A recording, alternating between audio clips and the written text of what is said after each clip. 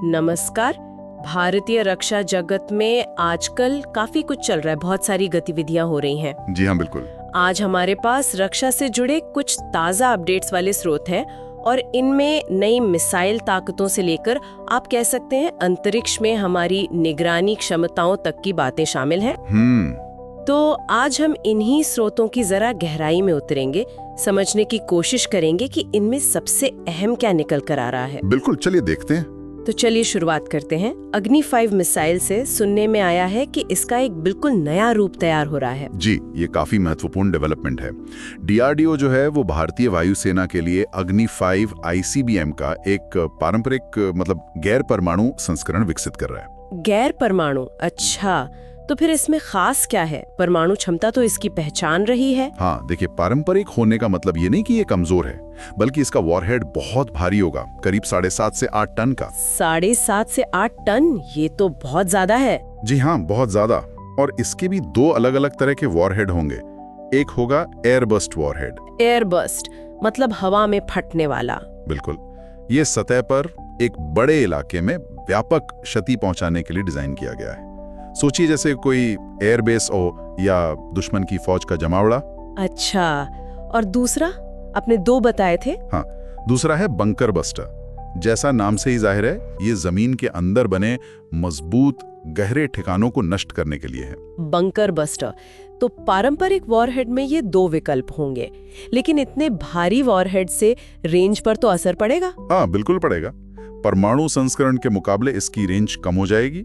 अंदाजा है कि ये करीब 2500 किलोमीटर तक होगी। 2500 किलोमीटर? फिर भी काफी है। जी, काफी है। और सबसे अहम बात यह है कि इसे इस तरह से डिजाइन किया जा रहा है कि ये दुश्मन के बैलिस्टिक मिसाइल डिफेंस यानी बीएमडी सिस्टम्स को चकमा दे सके। अच्छा, मतलब ये दुश्मन की ढाल को भेदने में ज्यादा सक्षम होगी? हाँ, इसकी मैन्यूवरेबिलिटी शायद बेहतर होगी, या इसमें कुछ ऐसी तकनीक होगी जिससे इसे रोकना मुश्किल हो।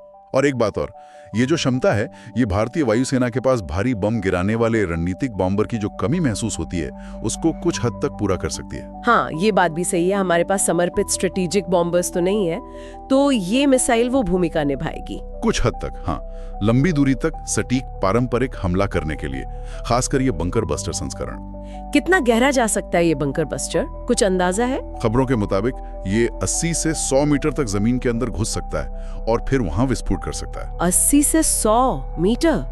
बाप रे, ये तो मतलब बहुत ही ज्यादा सुरक्षित समझे जाने वाले ठिकाने जैसे कमांड सेंटर या शायद परमाणु भंडारण स्थल, उनको भी निशाना बना सकता है। जी हाँ, बिल्कुल। ऐसे ही लक्ष्यों के लिए इसे खास तौर पे बनाया जा रहा है। ये बहुत महत्वपूर्ण क्षमता है। और एयरबर्स्ट वाला, वो कितना प्रभावी होगा? एयरबर्स्ट वाला भी बहुत शक्तिशाली है। जैसा मैंने कहा, वो एक पूरे एयरबेस को तबाह करने की क्षमता रख सकता है। रनवे, हैंगर, ईंधन डिपो, वहां खड़े विमान, सब कुछ। तो आप समझ सकती हैं कि ये भारत की पारंपरिक रणनीतिक मारक क्षमता में कितना बड़ा इजाफा है। सच में ये तो गेम चेंजर जैसा लगता है पारंपरिक युद्ध के लिहाज से। अच्छा, अग्नि की इस नई ताकत के बाद अब जरा जमीन से हवा की तरफ चलते हैं। बात करते हैं हमारे अपने लड़ाकू विमान तेजस MK-1A की। जी, तेजस। यहाँ कुछ खबरें हैं जो थोड़ी कह सकते हैं कि चिंताजनक है। सुनने में आ रहा है कि इसमें लगने वाले स्वदेशी रडार और इलेक्ट्रॉनिक वॉरफेयर सिस्टम की जगह अब शायद इजरायली सिस्टम इस्तेमाल होंगे। हाँ, ये खबर आई है और इस पर काफी चर्चा भी हो रही है। एक रिपोर्ट के अनुसार हिंदुस्तान एरोनॉटिक्स लिमिटेड यानी HAL ने सभी 73 तेजस MK-1A विमानों के लिए इजरायली कंपनी एल्टा से ELM 2052 ASR रडार और साथ ही Scorpius SP electronic warfare EW pod खरीदने का निर्णय लिया है। सभी 73 के लिए। लेकिन पहले तो योजना ये थी कि शुरुआत के कुछ विमानों के बाद शायद 41वें विमान से DRDO का बनाया हुआ उत्तम ESA रडार और अपना स्वदेशी स्वयं रक्षा कवच EW सूट लगाया जाएगा। जी हाँ, योजना बिल्कुल यही थी। आत्मनिर्भर भारत के तहत ये एक बड़ा कदम माना जा रहा था कि हमारा अपना उत्तम रडार और SRK सूट इसमें इंटीग्रेट होगा। तो फिर ये बदलाव क्यों? क्या स्वदेशी सिस्टम तैयार नहीं है या कोई और वजह है? देखिए, रिपोर्टों में जो बात सामने आ रही है वो ये है कि स्वदेशी प्रणालियों के सर्टिफिकेशन यानी प्रमाणन और फिर विमान के साथ उनके इंटीग्रेशन एकीकरण में उम्मीद से ज्यादा देरी हो रही थी। देरी? अच्छा। हाँ, और इस देरी का सीधा असर पड़ता वायुसेना को विमानों की डिलीवरी पर। वायुसेना को इन विमानों की सख्त जरूरत है, खासकर अपने पुराने मिग-21 बेड़े को रिटायर करने के लिए। तो ये एक तरह से व्यवहारिक फैसला हुआ, समय पर डिलीवरी को प्राथमिकता दी गई। ऐसा लगता है AHL ने शायद ऑपरेशनल रेडीनेस, मतलब परिचालन तत्परता और समय पर डिलीवरी को स्वदेशीकरण के लक्ष्य पर फिलहाल तरजीह दी है। विमानों का समय पर मिलना ज्यादा जरूरी समझा गया। लेकिन इससे आत्मनिर्भर भारत के लक्ष्य को तो झटका लगता है ना। और ये सवाल भी उठता है कि क्या हमारे स्वदेशी सिस्टम उस स्तर पर तैयार थे जैसा दावा किया जा रहा था, या इंटीग्रेशन की चुनौती ज्यादा बड़ी थी? बिल्कुल, ये सवाल तो उठते ही हैं। ये निश्चित रूप से स्वदेशी रक्षा प्रौद्योगिकी की तैयारी, उसकी मैच्योरिटी और हमारे इंटीग्रेशन क्षमताओं पर भी एक तरह से प्रश्न चिन्ह लगाता है। ये दिखाता है कि महत्वाकांक्षी लक्ष्य रखना एक बात है और उन्हें तय समय सीमा में हासिल करना दूसरी। ये एक जटिल स्थिति है। उम्मीद है कि भविष्य के बैच में या शायद तेजस MK2 में इन स्वदेशी सिस्टम को पूरी तरह से इंटीग्रेट किया जा सकेगा। हाँ, उम्मीद तो यही है कि उत्तम रडार और SRK पर काम जारी रहेगा और उन्हें भविष्य के प्लेटफॉर्म्स में जगह मिलेगी। चलिए अब हवा से और ऊपर चलते हैं, अंतरिक्ष की ओर। भारत की एक बहुत बड़ी पहल सामने आ रही है। 2029 तक 52 रक्षा उपग्रह तैनात करने की योजना। ये तो बहुत ही महत्वाकांक्षी लगता है। जी हाँ, ये वाकई एक बहुत बड़ा कदम है। 52 रक्षा उपग्रह, आप अंदाजा लगा सकती हैं कि ये हमारी निगरानी क्षमताओं को कितना बढ़ा देगा। और कुछ रिपोर्टें इसे ऑपरेशन सिंदूर नाम की किसी चीज से जोड़ रही हैं। ये क्या है? हाँ, ये ऑपरेशन सिंदूर का जिक्र कुछ अपुष्ट स्रोतों में आया है। इसके बारे में कोई आधिकारिक जानकारी तो नहीं है, लेकिन अनुमान लगाया जा रहा है कि ये शायद कोई पिछला ऑपरेशन या घटना रही होगी जिसने हमारी मौजूदा स्पेस बेस्ड सर्वेलेंस, मतलब अंतरिक्ष आधारित निगरानी की कुछ कमियों या सीमाओं को उजागर किया हो। अच्छा, मतलब ये उस अनुभव की प्रतिक्रिया हो सकती है। संभव है, शायद उसी अनुभव ने इतने बड़े और उन्नत उपग्रह नेटवर्क की तत्काल आवश्यकता को रेखांकित किया हो। ये जो नई परियोजना है, इसे स्पेस बेस्ड सर्विलांस यानी SBS का फेज 3 कहा जा रहा है। फेज 3, और इसका बजट भी काफी बड़ा बताया जा रहा है। जी, करीब 27,000 करोड़ रुपए। 26,968 करोड़। ये दिखाता है कि सरकार इस क्षमता को कितना महत्व दे रही है। इसका मुख्य उद्देश्य होगा चीन, पाकिस्तान और पूरे हिंद महासागर क्षेत्र पर लगातार हाई रेजोल्यूशन वाली निगरानी बनाए रखना। लगातार निगरानी, और इसमें निजी क्षेत्र की भी भागीदारी है। हाँ, ये एक और दिलचस्प पहलू है।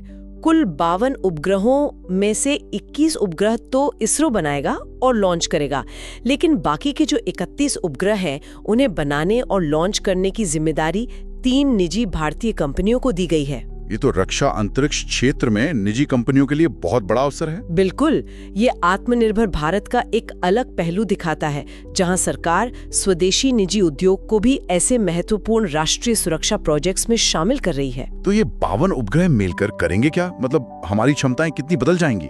ये हमारी निगरानी और खुफिया जानकारी जुटाने की क्षमता में क्रांतिकारी बदलाव लाएगा।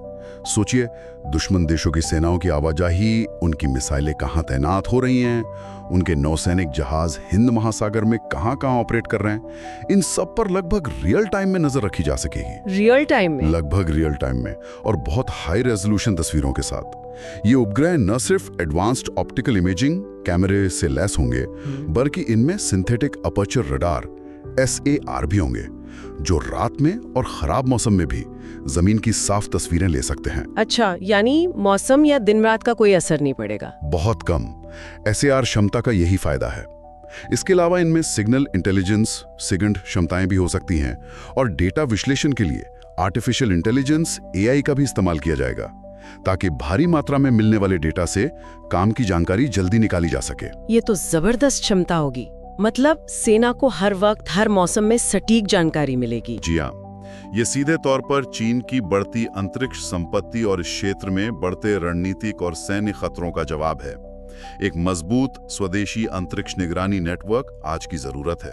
तो अगर हम आज की चर्चा को समेटें, तो हमने 3 अहम बातें देखी। एक, भारत अग्नि 5 जैसी मिसाइल को पारंपरिक भूमिका में ढालकर अपनी रणनीतिक हमला करने की क्षमता को नए आयाम दे रहा है। हाँ, खास तौर पर गहरे और मजबूत ठिकानों को निशाना बनाने की क्षमता। दूसरा, तेजस जैसे स्वदेशी प्लेटफॉर्म में अत्याधुनिक तकनीक को इंटीग्रेट करने में व्यवहारिक चुनौतियां आ रही हैं, जहां समयबद्धता और स्वदेशीकरण के बीच संतुलन बनाना पड़ रहा है। बिल्कुल, ये एक लगातार चलने वाली बहस है, परफॉर्मेंस, टाइमलाइन और आत्मनिर्भरता के बीच सही संतुलन कहाँ हो। और तीसरा, भारत अंतरिक्ष में अपनी निगरानी क्षमताओं को अभूतपूर्व रूप से मजबूत कर रहा है, जिसमें निजी क्षेत्र भी अहम भूमिका निभा रहा है, ताकि बदलते भू राजनीतिक परिदृश्य में अपने हितों की रक्षा की जा सके। जी, और यहाँ शायद सोचने वाली बात यह है कि ये जो तकनीकी छलांग हम लगा रहे हैं और ये जो रणनीतिक बदलाव आ रहे हैं, ये क्षेत्रीय शक्ति संतुलन को, मतलब रीजनल पावर बैलेंस को आगे चलकर कैसे प्रभावित करेंगे, और क्या इससे भविष्य के संभावित संघर्षों का स्वरूप भी बदलेगा? निश्चित रूप से। ये तकनीकें सिर्फ हथियार नहीं है, ये रणनीतिक सोच और शक्ति प्रदर्शन के तरीके भी बदल रही हैं। इस पर आगे भी नजर बनाए रखना बहुत जरूरी होगा।